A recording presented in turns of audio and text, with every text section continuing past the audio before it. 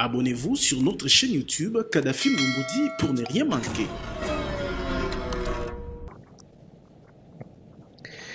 Excellence, Monsieur le Président de la République, chef de l'État, avec l'expression de nos hommages les plus déférents.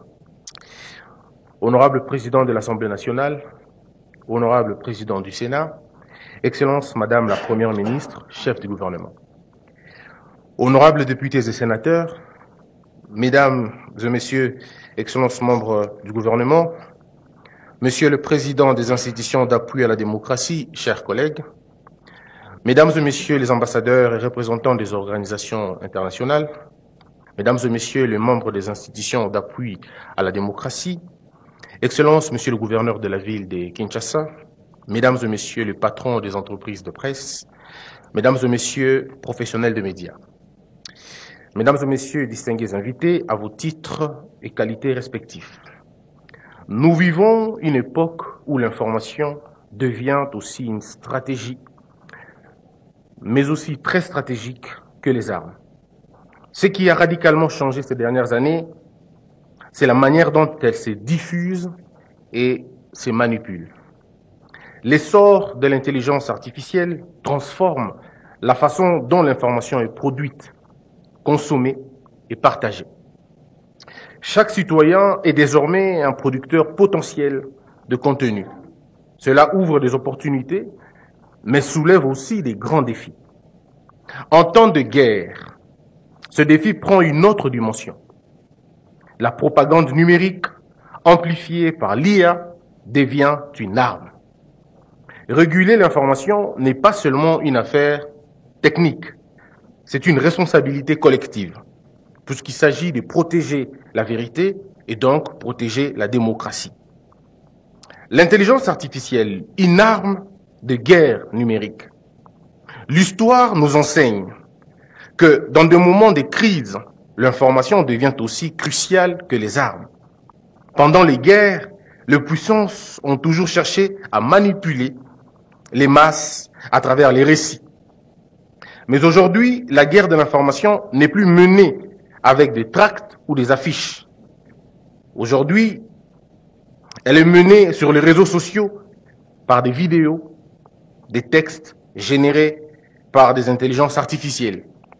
En quelques secondes, l'IA peut produire des contenus totalement fabriqués, des discours politiques qu'un leader n'a jamais prononcés, des réunions et des accords qui n'ont jamais existé, des audios pourtant truqués, mais qui défient la réalité sans commune mesure, des scènes de violence montées de toutes pièces, des images et des vidéos manipulées pour s'aimer le doute et la confusion. Des outils comme les deepfakes, les bots, diffusent des récits falsifiés à une vitesse inédite. Ces contenus n'ont pas besoin de validation journalistique. Ils frappent les esprits et modèlent l'opinion. Tout simplement. Le rôle du journaliste devient donc crucial. Il ne s'agit pas seulement de rapporter des faits, mais de lutter contre l'illusion de la vérité. La désinformation devient donc un vecteur de déstabilisation. Mais la grande question, la responsabilité versus liberté, où tracer la ligne? La liberté d'expression, comme nous le savons tous, est un principe sacré. C'est l'une des pierres angulaires de la démocratie. Mais en période de guerre, cette liberté peut-elle justifier la propagation des récits falsifiés ou des contenus haineux? Par quel prodige malsain certains Congolais, je dis bien certains Congolais, parviennent-ils à justifier, rationaliser, pire encore, à comprendre les atrocités que commettent les terroristes dans l'est du pays? Quelle étrange perversion de l'esprit faut-il pour prétendre aimer sa patrie tout en caressant les desseins de ses bourreaux? Il semble que seuls certains fils de ce pays aient réussi là où même Satan a échoué, c'est-à-dire faire cohabiter l'amour de la patrie avec la trahison, marier le paradis à l'enfer dans une même poitrine, sans honte ni frisson.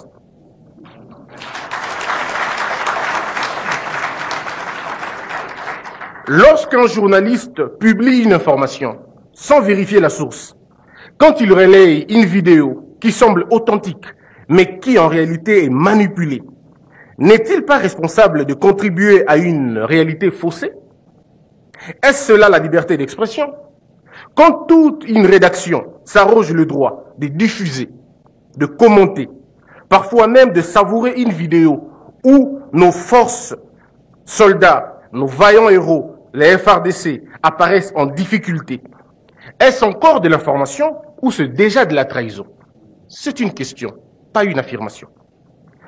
Quand dans la même émission, on célèbre à mots à peine voilés les avancées des terroristes, on annonce avec triomphe la chute de certaines villes qu'on attribue généralement des personnalités juridiques en disant c'est des villes, plutôt des territoires. Ces journalistes sont-ils conscients? Ont-ils conscience du poids de leurs mots?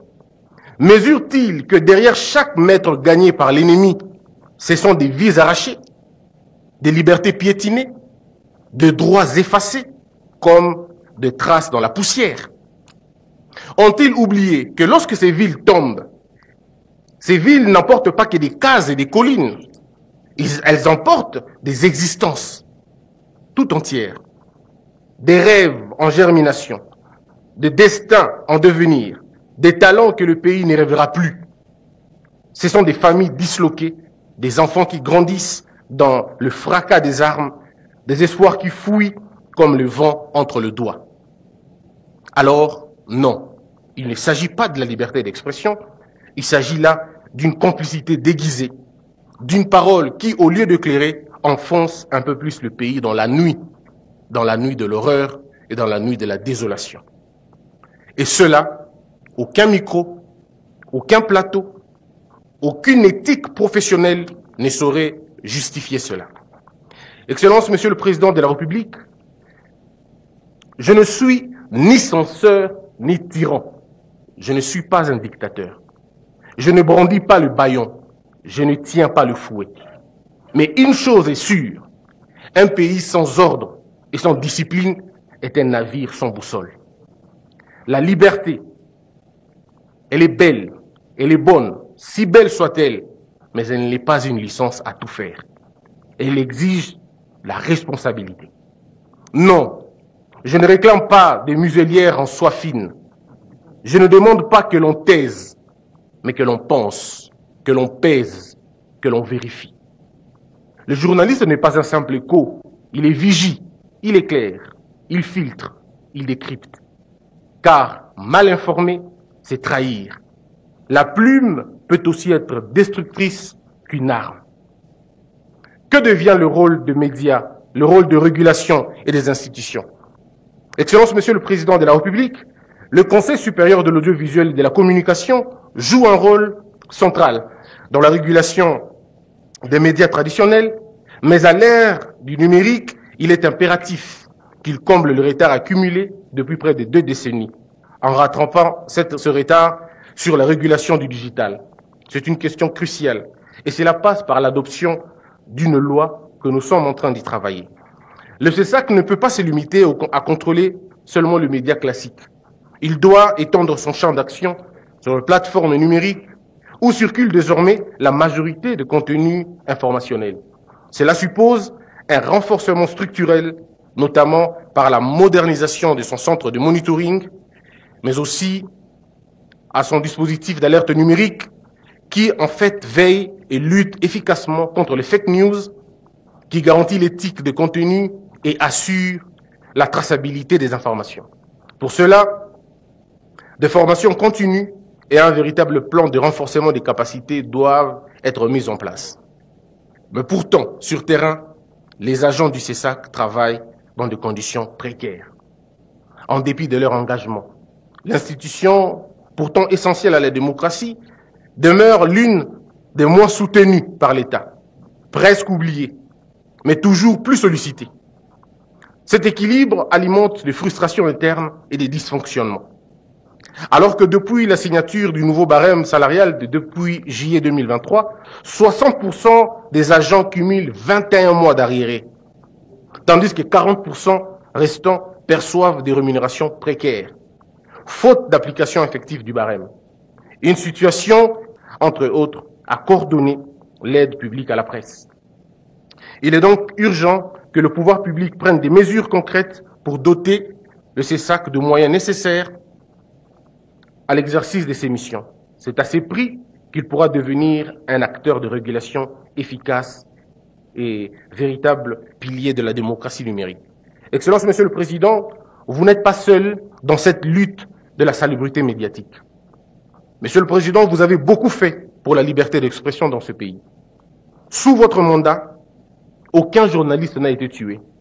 Aucun journaliste n'a été arrêté ou torturé à cause de ses opinions. Aucune rédaction n'a été saccagée. Aucune chaîne n'a été fermée sous les ordres des services comme ce fut dans le temps, comme ce fut dans le passé. Nous vous remercions sincèrement et nous vous encourageons de continuer dans cet élan-là. Cédés, qui n'ont pas fléchi devant le Dieu de Baal. Ils sont restés forts, intègres, malgré les conditions. Je ne saurais clore mon propos sans lancer un appel vibrant aux consciences. J'en appelle aux prêtres du vivre ensemble. Que chacun prenne la mesure de sa responsabilité. Car nous n'avons pas deux pays. Nous n'avons qu'un seul pays. Un seul. Et s'il venait à sombrer, ce ne serait pas à un seul homme d'en payer. Il est temps d'en finir avec cette illusion dangereuse qui nous fait croire que le naufrage d'un pays ne serait que le naufrage du président. Certains travaillent activement, non pas pour le progrès, mais pour le déclin, croyant que si le pire arrive, seul le président en sera responsable. C'est faux. Le désastre, s'il vient, eh bien, il sera collectif. Parce que, il ne faut pas qu'on se trompe, les balles qui tuent à l'Est ne distinguent pas l'opposant du partisan. Et la faim, l'appartenance politique, tribale et même religieuse, elle frappe là où l'État abdique, là où le cœur s'endurcisse et là où les élites se taisent. Comme l'a dit Martin Luther King Jr., apprenons à vivre ensemble comme des gens intelligents ou nous mourrons ensemble comme des insensés. Oui, comme des êtres non éclairés, emportés par notre propre indifférence, engloutis par notre lâcheté collective. Que le prêtre prêche, non pas pour choisir un camp, non pour taire le crime et être sélectif dans leur prédication, mais pour réveiller, conscientiser, sans haine, mais avec l'amour du Christ. Que le politicien œuvre, non pour régner, mais pour servir. Que le scientifique pense, non pour briller, mais pour éclairer. Que le journaliste informe, transforme et qu'il dise la vérité. Que chacun tienne sa place et que chacun honore sa charge. Et que nul ne se serve de la liberté d'expression comme un paravent pour l'irresponsabilité. Car comme le disait Thomas Hobbes, dans les lignes austères de son Léviathan, la liberté sans sécurité n'est que masque de mort. La paix, la véritable paix, exige que l'on sacrifie un peu d'orgueil sur l'autel du bien commun. Que Dieu bénisse la RDC. Je vous remercie.